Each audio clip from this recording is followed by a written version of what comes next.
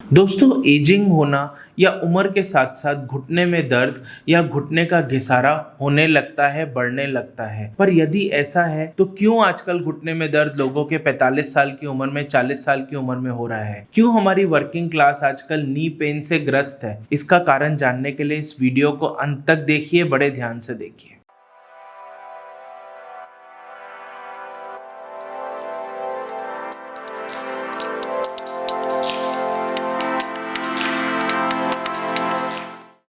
नमस्कार दोस्तों, मेरा नाम डॉक्टर रचित गुलाटी है। मैं मेडिकल डायरेक्टर हूँ साउल ऑर्थो केयर का। दोस्तों, घुटने में दर्द या घिसारा एक काफी कॉमन प्रॉब्लम है। लो बैक पेन के बाद घुटने में दर्द सबसे कॉमनली रिपोर्टेड सिम्टम होता है वर्ल्ड वाइड किसी भी पेन फिजिशियन के पास। और ऑस्टियोआर्थराइटिस या घिसारा का तो हमारा देश कैपिटल बन चुका है। इस ऑस्टियोआर्थराइटिस को एक जमाने में बोला जाता था कि 60 साल के ऊपर होता है ये वाला डिजीज, एक बूढ़े लोगों का डिजीज है। परंतु आजकल वर्किंग पॉपुलेशन 40-45 साल की उम्र में भी ऑस्टियोआर्थराइटिस होने लगा है। क्या है इसका कारण? क्यों होने लगा है? तो दोस्तों, पहला इसका कारण है बायोमैकेनिकल ऑल्टरेशन, यानी एक हड्डी के ऊपर टेढ़ी हो जाना, जिसके लिए मैं पहले भी आपके साथ एक वीडियो शेयर कर चुका हूं। दूसरा जो इंपॉर्टेंट कारण है, काफी कॉमनली रिपोर्टेड प्रॉब्लम है वो, और ऐसी प्रॉब्लम है जो कि बहुत अंडर रिकॉग्नाइज्ड है इस देश में, वो है फ्लैट फीट, या जिसको हम साइंटिफिक भाषा में पेस प्लानस भी बोलते हैं। दोस्तों, अगर हम अपने पांव की तरफ देखें तो पांव को अगर मीडियल साइड या अंदरूनी तरफ से देखें तो उस पांव में एक फ्लैटनेस होती है, एक आर्च होता है। वो पूरा चपटा या सपाट नहीं होता है। वो आर्च यदि डिस्टॉर्ट हो जाए या पांव चपटा हो जाए तो इसको हम फ्लैट फुट बोलते हैं। दोस्तों, फ्लैट फुट बहुत सारी प्रॉब्लम्स हमारी लाइफ में क्रिएट कर सकता है। फ्लैट फुट जेनेटिक भी होता है, यानी बर्थ के साथ साथ भी होता है, और एक्वायर्ड भी होता है, चोट लगने की वजह से, कैल्शियम विटामिन डी की डेफिशिएंसी से इत्यादि। दोस्तों, फ्लैट फुट ना ही सिर्फ एड़ियों में और पांव में दर्द करता है,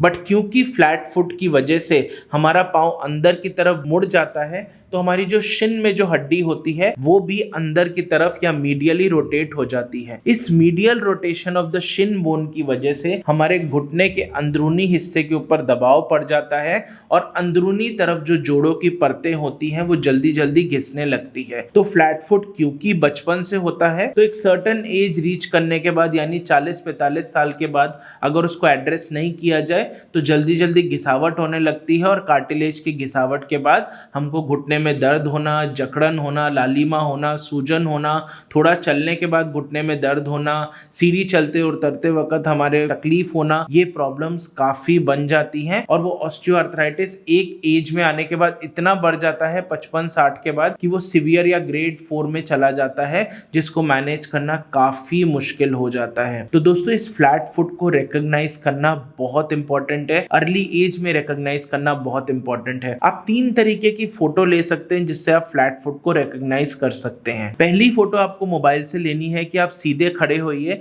अपने दाएं पांव को सामने की तरफ बढ़ाइए, और अपनी लेफ्ट साइड से किसी को बोलिए कि उस पांव का एक सजाइटल व्यू की फोटो ले ले। आप इसी को ऑपोजिट कीजिए, अपने बाएं पांव को आगे बढ़ाइए और दाएं हाथ के पास किसी को बोलिए कि झुक के सजाइटल व्यू की उस पांव की फोटो ले ले, और आप दोनों पांव को एक साथ मिला के खड़े होइए और पीछे से फोटो ले लीजिए। ये 3 फोटोज आप लीजिए और नीचे दिए गए व्हाट्सएप नंबर के ऊपर आप हमको सेंड कीजिए, तो हम आपको बताएंगे कि आपको फ्लैट फुट है कि नहीं। यदि आपको फ्लैट फुट है तो ये 99% नॉन सर्जिकल केस होता है। सिर्फ 1% पेशेंट्स के अंदर जिनमें सीवियर फ्लैट फुट होता है उसमें सर्जरी की रिक्वायरमेंट होती है। नॉन सर्जिकल में इसके अंदर काफी सारी एक्सरसाइजेज होती है। पांव के इंट्रिंसिक मसल्स को स्ट्रेंथन करने के लिए एक्सरसाइज होती है, बॉल से एक्सरसाइज होती है, काफ यानी हमारे टखने का जो एरिया होता है उन मसल्स को स्ट्रेच करने की एक्सरसाइज होती है। इसके साथ साथ कस्टमाइज्ड इंसोल्स बनते हैं, यानी आपके पांव के तलवे के आकार के मुताबिक आपके लिए इंसोल्स बनते हैं। वो इंसोल्स बनाने से पहले पीडोबैरोग्राफी यानी फुट प्रेशर एनालिसिस कराया जाता है, जिसमें एक इलेक्ट्रिकल प्लेट पे आपको खड़ा करके एक रिपोर्ट जनरेट होती है कि आपके पांव के तलवे का कौन सा हिस्सा कितना दबाव मार रहा है, और उस बेसिस के ऊपर आपके लिए कस्टमाइज्ड इंसोल बनेगा, और उसमें अंदर की तरफ यानी मीडियली एक आर्च डेवलप कर दिया जाएगा, यानी एक वेज या उभराव डेवलप कर दिया जाएगा ताकि आपके जो फ्लैटनेस है फुट की